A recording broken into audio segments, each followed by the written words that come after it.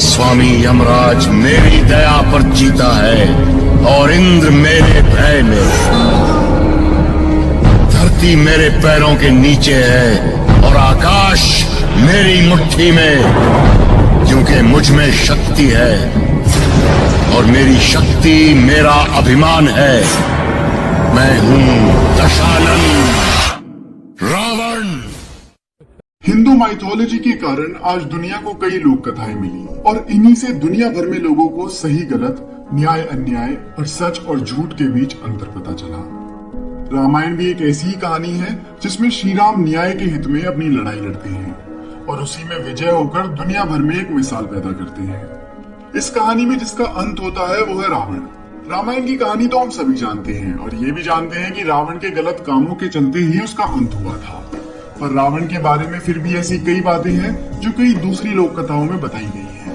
पर यही बातें रावण को परम भक्त, ज्ञानी और महान बनाती हैं। पर कम चर्चित होने के कारण वह आज आम जनता तक नहीं पहुंच सकी। शुरुआत करते हैं कि रावण को उसका नाम कैसे मिला।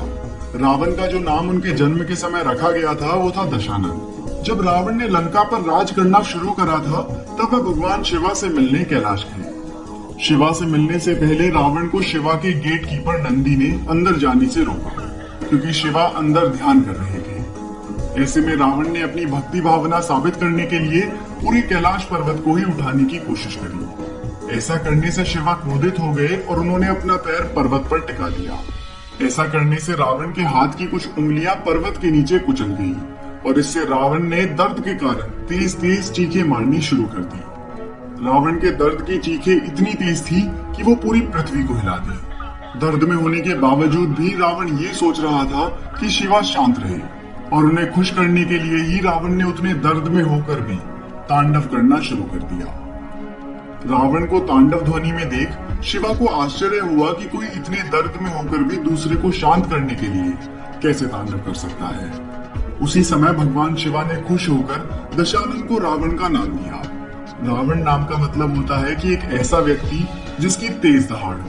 रावण आधा राक्षस और आधा ब्राह्मण था। जब राम सहित वानर सेना रामेश्वरम के तट पर पहुंची तो उन्होंने तय करा कि उन्हें लंका पहुंचने के लिए समुद्र में पुल बनाना होगा। इस पुल के काम शुरू होने के एक दिन पहले श्री राम को भगवान शिवा का आशीर्वाद चाहिए था और इसके लिए उन्हें एक यज्ञ कराना था। पर पुराणों के तहत इस यज्ञ को सिर्फ एक ब्राह्मण और ज्ञानी ही करवा सकता है। उस वक्त दूर दूर तक सिर्फ रावण ही ऐसा था जो इस यज्ञ को कराने के लिए योग्य था। श्री राम को जब पता चला कि रावण ही ऐसा करवा सकता है तो उन्होंने रावण को इस यज्ञ को कराने का न्योता भेजा। रावण अपने धर्म, अपनी बिलीव्स और शिवा के प्रति पूरी तरह से कमिटेड था और इसीलिए उसने श्री राम का ये न्योता स्वीकार किया और यज्ञ कराने पहुंच गया। रावण न केवल खुद इस यज्ञ में आया बल्कि उसने श्री राम को आशीर्वाद भी दिया कि वो अपनी जंग में रावण के खिलाफ सफल हो। रावण समय के मुकाबले इतना तेज और ताकतवर हो सकता था कि वह एक समय के लिए सभी प्लैनेट्स के अलाइनमेंट्स में बदलाव ला सकता था।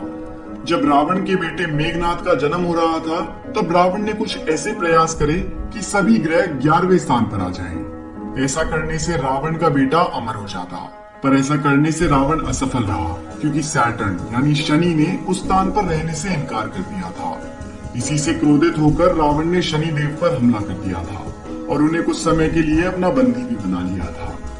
ये किस्सा हमें ये बताता है कि रावण अपने परिवार के लिए किस हद तक जा सकता था।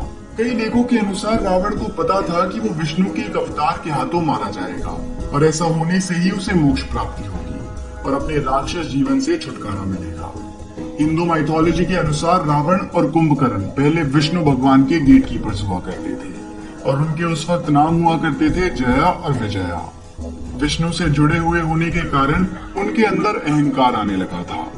इतना अहंकार कि जब एक बार विष्णु जी से मिलने के लिए 4 कुमार ऋषि आए थे तो उन्होंने उनको बच्चे समझकर उनका मजाक उड़ाया। वो 4 कुमार असल में ऋषि थे और ब्रह्मा के दिमाग की बनावट से जन्मे थे। जब जया और विजया ने उनका मजाक उड़ाया था तो उन 4 ऋषियों को बहुत गुस्सा आया और उसी वक्त उन्होंने उन दोनों को श्राप दिया कि अब तुम कभी भी विष्णु से जुड़े नहीं रह सकोगे। इसके बाद जब जया विजया को अपनी गलती का एहसास हुआ और उन्होंने उनसे माफी मांगी तो उन ऋषियों ने उन्हें 2 विकल्प दिए और इनमें से एक चुनने को कहा। इनमें से एक था कि तुम्हें 7 जन्मों तक धरती पर विष्णु के अवतार के अलाइज यानी संबंधियों के रूप में काटने होंगे। और दूसरा विकल्प था कि तुम्हें 3 जन्मों तक विष्णु के अवतार का दुश्मन बनकर रहना होगा। जया विजया ने दूसरा विकल्प चुना और इसी कारण वे 3 जन्मों में विष्णु के अवतार के दुश्मन बने। इन्हीं 3 जन्मों में से एक जन्म में वे रावण और कुंभकर्ण बनकर आए। इसी कारण ये कहा जाता है कि रावण को अपनी किस्मत के बारे में पहले से ही पता था और वह ये भी जानता था कि उसका अंत विष्णु के एक अवतार के हाथों ही होगा। जब राम की सेना रावण की सेना को धीरे धीरे हराने लगी थी तो अंत में जाकर रावण एक लौता था जो जिंदा बचा था। रावण ने आखिर में फैसला करा कि वो राम की सेना को हराने के लिए एक यज्ञ करेगा, पर इस यज्ञ को कराने के लिए उसे एक ही जगह बैठे रहना होगा और अपनी जगह नहीं छोड़नी होगी। रावण ने अपना यज्ञ शुरू करा और यही देख राम ने अंगद और वानर सेना को भेजा ताकि वो यज्ञ रोका जा सके, क्योंकि अगर वह यज्ञ रोका नहीं जाता तो रावण को हराना नामुमकिन हो जाता। अंगद और वानर सेना रावण को उसकी जगह से नहीं ला सकी और इसी कारण अंगद ने जाकर रावण की पत्नी मंदोदरी को बंदी बना लिया। ऐसा करने के बाद भी रावण अपनी जगह से नहीं हिला।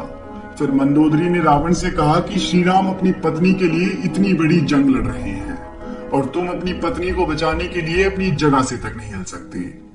इन्हीं बातों से लज्जित होकर रावण ने यज्ञ को बीच में ही छोड़ दिया और मंदोदरी को बचाने के लिए चल दिए। ऐसा करने से रावण का वो यज्ञ भंग हो गया। रावण सर्वज्ञानी था। उसके पास 6 शास्त्रों और 4 वेदों का ज्ञान था। उसके 10 सर उसके ज्ञान को दर्शाते थे। उच्च दर्जे की नीतियां और साहस रावण के प्रतीक थे। धर्म और शिवा की भक्ति में रावण ने कई तपस्याएं करी। इतना ही नहीं बल्कि खुद भगवान ब्रह्मा भी रावण के ग्रेट ग्रैंडफादर थे। रावण के ज्ञान का अंदाजा आप इस बात से भी लगा सकते हैं कि जब श्री राम ने रावण का वध कर दिया था और रावण अपनी आखिरी सांसें गिन रहा था, तब श्री राम ने अपने भाई लक्ष्मण से कहा कि रावण के पास जाकर बैठो और उससे कूटनीति और शासन कला से जुड़ा हुआ ज्ञान लो। रावण ने अपने आखिरी क्षणों में भी जो वो बता सकता था लक्ष्मण को बताया और इसी तरह रावण ने लक्ष्मण को कुछ वैल्यूएबल इंफॉर्मेशन पास ऑन करी। रावण हिंदू माइथोलॉजी का एक अहम हिस्सा है जो सभी को ये बताता है कि अन्याय का अंत रोका नहीं जा सकता। ये बताता है कि सत्य की जीत को बड़ी से बड़ी कूटनीति तक नहीं रोक सकती। ज्ञान और वरदान कितना भी हो, पर अगर सच झूठ, सही गलत और न्याय अन्याय का अंतर ना पता हो तो अंत निश्चित है।